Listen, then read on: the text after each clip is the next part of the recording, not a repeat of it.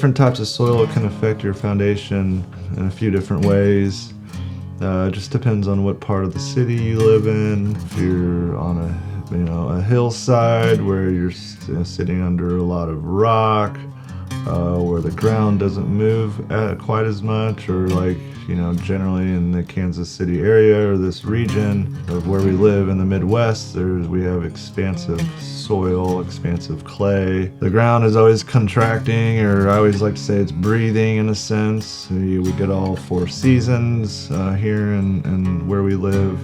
So climate change has somewhat to do with the ground shifting and moving, and also as of late we're in a really big drought, so the ground is super hard. Depending on what part of the city you live in, Briarcliff up north, bedrock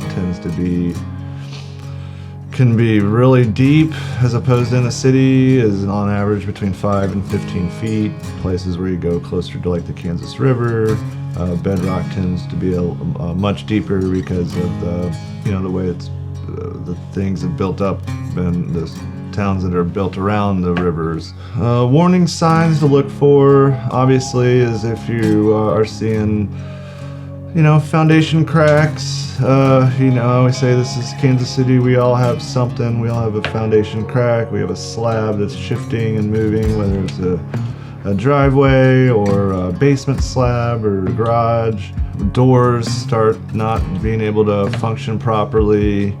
And it's not a seasonal thing. There's places and times where somebody has lived in a house for 10 years, and every winter their back door opens just fine, and then summer comes, it gets real tight, but they've done that for as many years as they live there.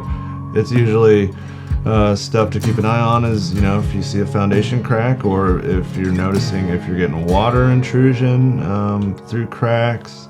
Those are signs of different shifting of the foundation's